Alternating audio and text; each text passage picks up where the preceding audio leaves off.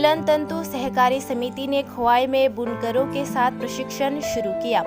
खोवाई उपखंड के तहत पश्चिम गंडकी ग्राम पंचायत मिलन तंतुबाई सहकारी समिति कार्यालय में प्रशिक्षण शिविर शुरू हुआ।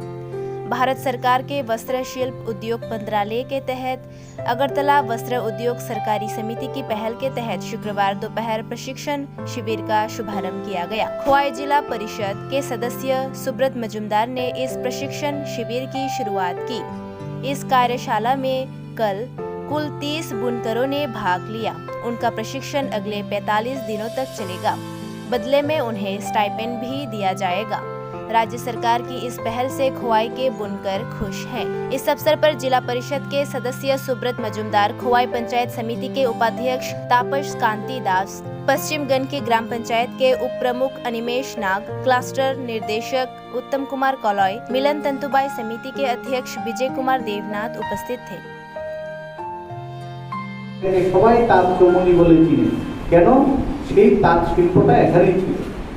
কিন্তু আমরা দেখেছি যে সময়ের সঙ্গে সঙ্গে বিশেষত 1993 সালের পর থেকে আমি বলবো সম্পূর্ণ সরকারি অবহেলার কারণে এই তাঁত শিল্প অফিস বা তাঁত শিল্প প্রশিক্ষণ কেন্দ্র বন্ধ হয়ে গিয়েছে এখানে। আমরা জানি যে এই ত্রিপুরা রাজ্য ভারতবর্ষের একটা প্রত্যন্ত পিছিয়ে পড়া রাজ্য। আমাদের কেন্দ্রীয় সরকারের অর্থানুকূল্যে আমাদের এই রাজ্যের সমস্ত কিছু চলে। আমাদের কেন্দ্রীয় সরকার সর্বদা চেষ্টা করেছে যে আমাদের যে কুটির শিল্প সেগুলিকে কিভাবে উৎসাহিত করা করে সেগুলিকে পরিধিকে বৃদ্ধি করা যায়। কিন্তু আমরা দেখেছি এই ত্রিপুরা রাজ্যে সেই সময়কার বামফ্রন্ট সরকার তারা গরিব মেহনতি মানুষের কথা বললেও, পিছিয়ে পড়া মানুষের কথা বললেও এইরকম যে বিষয়গুলি রয়েছে তাঁত শিল্প বা কুটির শিল্পের যে বিষয়গুলি ছিল সেগুলিকে সম্পূর্ণ অবহেলা করেছে। যার পরিপ্রেক্ষিতে সেই তাঁত শিল্প প্রায় ত্রিপুরা রাজ্যে বন্ধ হয়ে গিয়েছে বললেই চলে।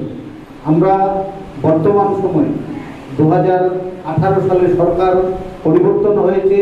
আমাদের প্রথমে বিপ্লব কুমার দেব মহোদয় এবং বর্তমান মুখ্যমন্ত্রী ডক্টর মানিক সাহা মহোদয়ের প্রচেষ্টা আজকে কেন্দ্রীয় সরকারের সহযোগিতায় আজকে সারা ভারতবর্ষের সঙ্গে সঙ্গে এই খোয়াইতেও পুনরায় এইরকম কুটির শিল্পগুলিকে পুনরুজ্জীবিত করার চেষ্টা চলছে।